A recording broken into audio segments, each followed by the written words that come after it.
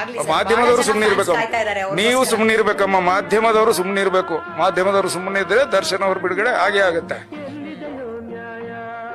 ಮಾಡದೇ ಇರೋದನ್ನೆಲ್ಲ ಮಾಡಿದ್ದಾರೆ ಅಂತ ಹೇಳಿ ಅವ್ರ ಮೇಲೆ ಅಪವಾದ ಹಾಕಿ ಹೈಪ್ ಮಾಡಿ 6 ತಿಂಗಳು ಜೈಲಿಗೆ ಹೋಗಿ 6 ತಿಂಗಳು 24 ಗಂಟೆ ಚಚ್ಚಿದ್ರಲ್ಲ ಮಾಧ್ಯಮದವರು.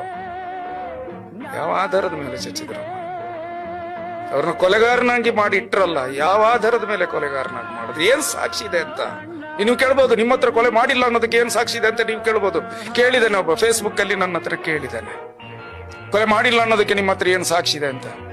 ಅವರ ಮನುಷ್ಯತ್ವ ನನ್ನ ಹತ್ರ ಸಾಕ್ಷಿ ಇದೆ, ಅವರ ಮಾನವೀಯತೆ ನನ್ನ ಹತ್ರ ಸಾಕ್ಷಿ ಇದೆ, ಅವರ ಒಳ್ಳೆತನ ನನ್ನ ಹತ್ರ ಸಾಕ್ಷಿ ಇದೆ. ಒಬ್ಬ ರಂಗಭೂಮಿಯಿಂದ ಬಂದ ಕಲಾವಿದ ಯಾವತ್ತು ಕೊಲೆ ಮಾಡುವಂತ ಯೋಚನೆ ಚಿಂತನೆ ಮಾಡೋದಕ್ಕೆ ಸಾಧ್ಯ ಇಲ್ಲ. ದರ್ಶನ್ ಅವರು ನೀನಾನ್ಸಂನಿಂದ ಬಂದ ಹುಡುಗ, ಒಳ್ಳೆ ಗರಡಿಯಲ್ಲಿ ಬೆಳೆದು ಒಳ್ಳೆ ಗರಡಿಯಲ್ಲಿ ಬೆಳೆದವನು.